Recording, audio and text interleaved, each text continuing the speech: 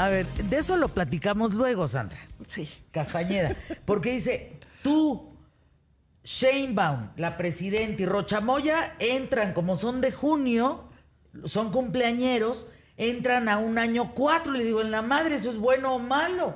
O sea, digo, yo visa sí tengo. Según lo que sembraste. Eso lo platicaremos al rato. Ah, lo vamos a platicar. Sí. Por favor, en otra ocasión, En otra aquí en ocasión. el programa, te lo suplico. Ok. Hoy vamos a hablar de la historia que viviste con papá, si está escrita en sus números. A ver, cuéntanos, ¿qué quiere decir un análisis de la fecha de nacimiento, el nombre, la personalidad? Déjame contarte una breve historia, muy rápida. Fui a comer el sábado pasado con 2 preciosas amigas, con Gela y con Isabel, y estábamos platicando a la vez con Tony y con Iso de qué significaban nuestros nombres. Y empezamos a googlear. Cada una éramos exactamente la descripción de nuestros nombres. Claro. Ajá. Como si los hubieran elegido para que fuéramos así. Una cosa muy extraña.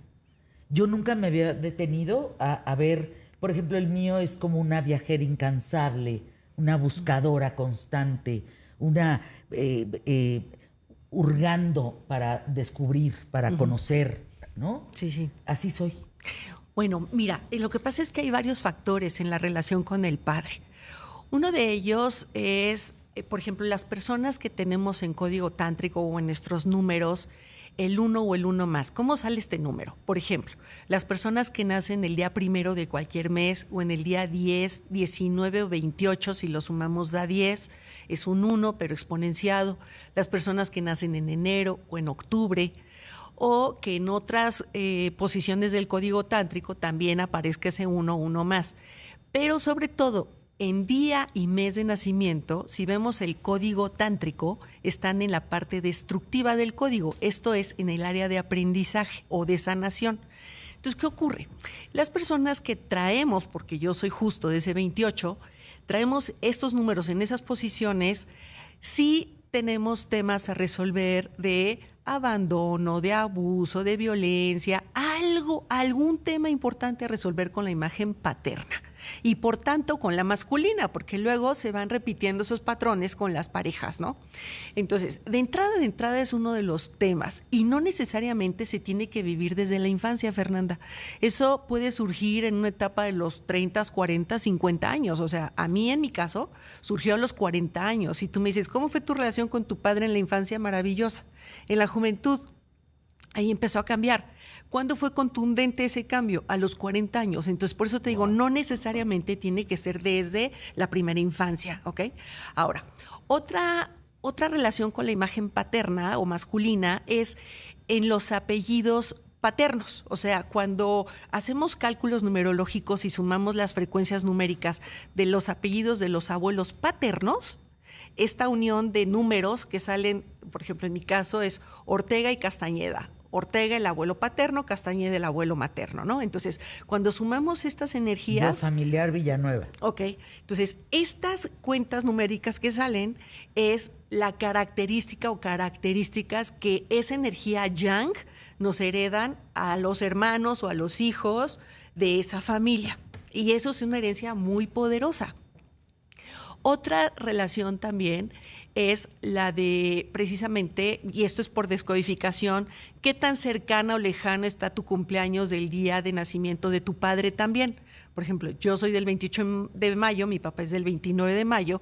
Cuanto más cercana es una fecha al padre, y de igual manera hay más temas de resolver con el padre.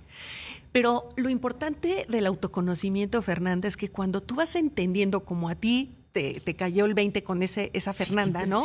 Que tú dices, ¿cómo, no? ¿Cómo un número me da esa característica?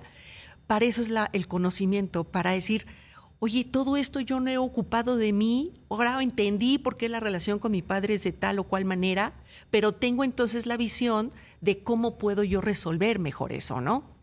Entonces, es muy interesante porque la numerología no se acciona por sí misma. Tú quieres un cambio, la información va a llegar a ti. ¿Qué hago yo con la información? ¿La uso, la aplico para resolver algo en mi vida? ¿O sigo que la vida, o decido que la vida sigue igual, ¿no? O sea, tú dices, los números de tu papá te van a determinar como persona. Bueno, no tanto así. O sea, nosotros decidimos, cuando nosotros nacemos con 4 códigos de nacimiento numéricos. ¿Cuáles son? Nuestros nombres y apellidos, nuestra fecha de nacimiento, nuestra hora de nacimiento y el lugar de nacimiento. Nací en México, nací en Francia, nací en tal ciudad, ¿no? Ajá. Todo eso se interpreta con números. La fecha son números, la hora son números, los nombres y los nombres de las ciudades o los países se cambian a números. ¿Por qué? Porque cada letra tiene un valor numérico. México. M vale 4, la E vale 5, la X vale 6, la Y vale 9, la C 3, la O 6. Entonces, igual, Fernanda, la F vale 6, la E vale 5, la R vale 9. Entonces, de esa manera ya podemos cambiar todo a números. ¿Ok? Sumas ese número y hay un gran total de tu nacimiento, de la fecha, de tu lugar, etcétera, etcétera. Exactamente. Que te va a dar 69. Sí. Y entonces nosotros tenemos 42 o 43 números personales, no tenemos uno. Tenemos un abanico amplio de características que por eso es imposible encuadrar a una persona en un solo número.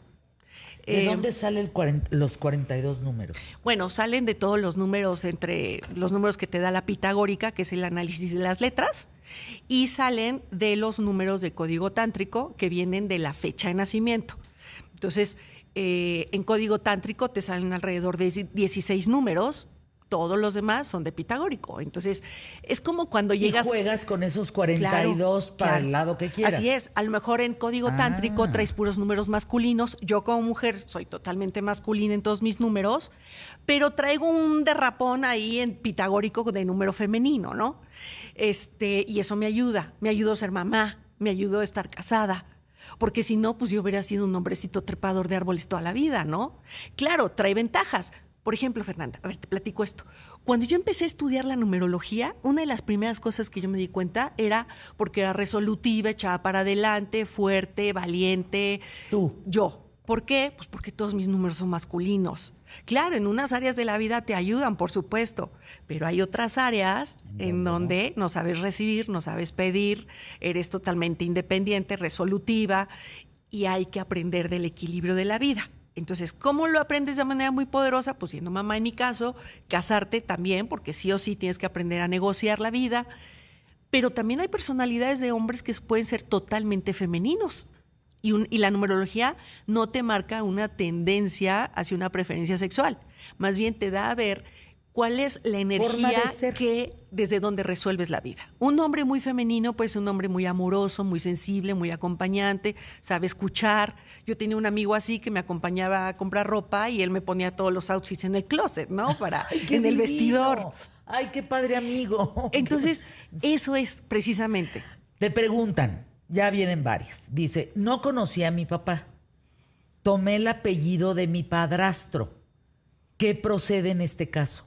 Mira, qué buena pregunta es esa. Ernestina González de Jalisco.